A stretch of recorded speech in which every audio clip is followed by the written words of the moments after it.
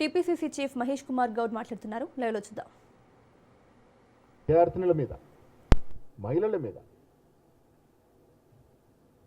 తుపాకీలు గొట్టాలు చూపించి బాష్పవాయువులు ప్రయోగించి విచక్షణ రహితంగా చేసిన లాఠీ చార్జ్ ఇది దేశ చరిత్రలో ఒక హేయమైన చర్యగా భావిస్తూ మా కాంగ్రెస్ కార్యకర్తలు ప్రతి జిల్లాలో ఈ సాలిడేట్ చేస్తారు.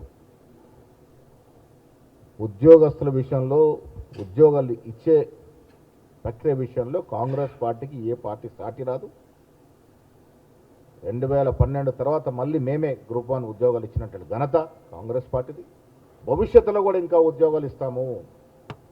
వీళ్ళ కపట ప్రేమ కళ్ళబొల్లి మాటలు నమ్మొద్దని విద్యార్థి లోకానికి మనవి చేస్తూ, గ్లోబల్ అనే సంస్థ జరిగిన అవకతవకల మీద జరిపిన విచారణ రిపోర్ట్ ఎందుకు బయట పెట్టలేదో మొదటగా విద్యార్థులకు చెప్పాలి. దమ్ము ధైర్యం ఉంటే అడగండి, వాళ్ళ లెటర్ రాయండి, మా ప్రభుత్వం బయట పెడుతుందనే మాట ఈ సందర్భంగా మనవి చేస్తూ, విద్యార్థుల యొక్క కష్ట సుఖాల్లో కాంగ్రెస్ పార్టీ మా నాయకుడు రాహుల్ గాంధీ ఖర్గే ఆదేశాల మేరకు మేము ఆ కష్ట సుఖాల్లో మమేకమై పాలు పంచుకుంటామన్న మాట చెప్తా ఉన్నాం.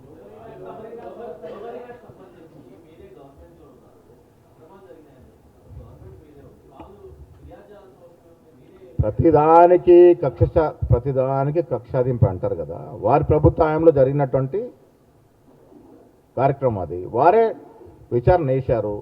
ఇవాళ వాళ్ళు అడుగుతున్నాను, ఎందుకంటే వాళ్ళు ప్రతిపక్షంలో ఉన్నారు, ఎమ్మెల్యేగా ఉన్నాడు. మేము సిద్ధంగా ఉన్నాం. ఇవాళ అడిగితే మేము రేపే అది బహిర్గతం చేస్తాం. మా ప్రభుత్వం అడగమనండి, మీ ద్వారా మమ్మల్ని అడగమనండి.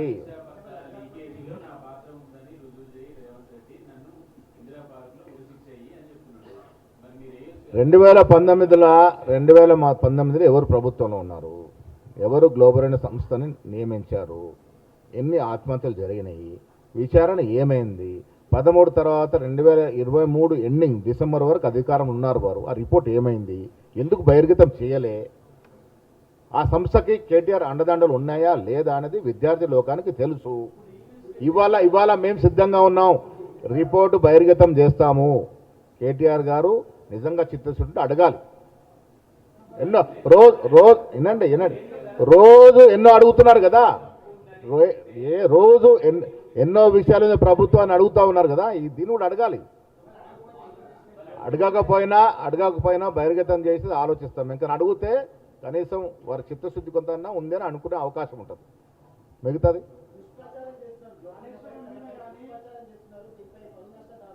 28 మంది మేము సిద్ధంగా ఉన్నాము. నోటీసులకి భయపడలేదు, కోర్టు కేసులకు భయపడలేదు. మేము నిజాయితీగా ఉన్నాము. 28 మంది ఆత్మహత్య చేసుకుంది వాస్తవమా కాదా, ఇది స్పష్టంగా రావాలి. 28 మంది మీద ఆత్మహత్యలు చేసుకుంటే జరిగిన విచారణ రిపోర్ట్ ఇన్ని రోజులు ఎందుకు దాపరికలం ఉంటుంది?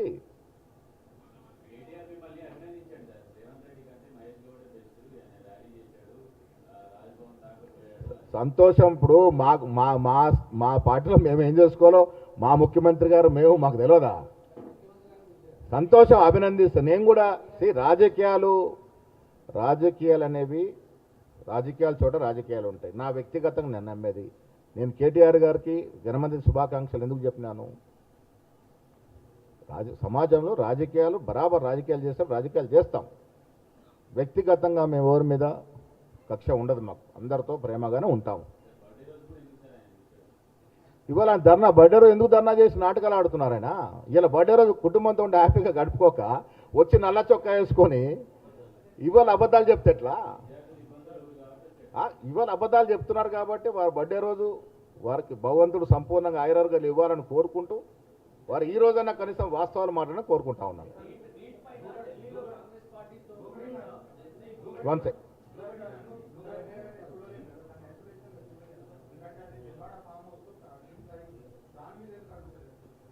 డెఫినెట్గా ఇప్పుడు జనవాడ ఫామ్ విషయంలో కూడా నడుస్తూ ఉంది, ఎంక్వైరీ జరిగింది.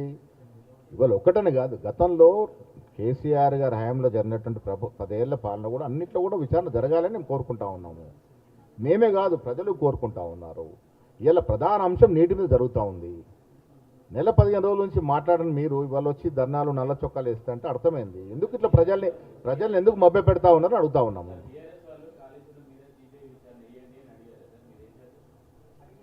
ఈ రెండు అంశాలు కూడా ఒకటే కారణం.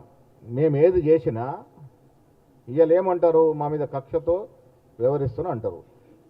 సిబిఐ వేయడానికి రెండు కారణాలు. ఒకటేమో కిషన్ రెడ్డి గారు పదే పదే మమ్మల్ని అడిగారు, మీరు వేయండి నేను తేలుస్తానన్నాడు, పొడుస్తానన్నాడు. ఏం తేల్చాడు, ఏం పొడిచాడు? మేము సిబిఐ విచారణ అధికారికంగా అసెంబ్లీలో చర్చ పెట్టి తీర్మానం చేసి పంపితే 9 నెలలు అవుతుంది. టీఆర్ఎస్ మీద వేసాము, టీఆర్ఎస్ మీదే వేసాము. కాళేశ్వరం మీద ఎవరు ఆపారు? ఫార్ములా ఈ రేస్ మీద విచారణ జరిపి కేటీఆర్ గారు దాంట్లో భాగస్వామ్యం ఉందని తేలిన తర్వాత కోర్టు నుంచి స్టే తెచ్చుకున్నారు.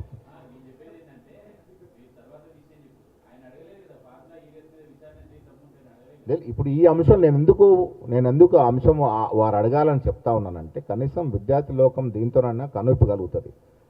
2019లో జరిగింది, 23 డిసెంబర్ 7 వరకు అధికారులను మీరు ఈ రిపోర్ట్ బహిర్గతం చేయలేదు. ఇప్పటికన్నా కొంత దాన్ని మేలుకొని ఈ రిపోర్టు మేము చేసిన తప్పిదాల మీద విచారణ మేమే జరిపించాము, అది బహిర్గతం చేయమని అడిగితే భావ్యంగా ఉంటుందని. వారు అడగకపోయినా మేము బయటపెట్టే ప్రయత్నం చేస్తాము, దాన్ని ఆలోచిస్తాము.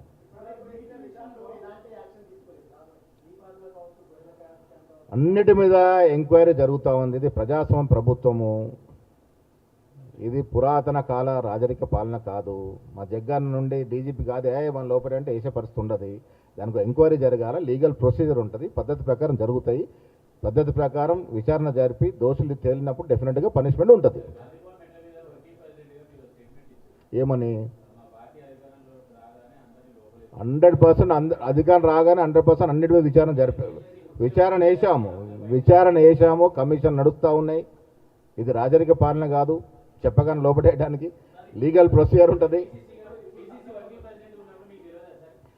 ఇప్పుడు నా స్టేట్మెంట్లో ఏం తేడా లేదు. ఇప్పుడు కూడా తప్పు చేసిన దోషులని శిక్షించాలని కోరుతా ఉన్నాను.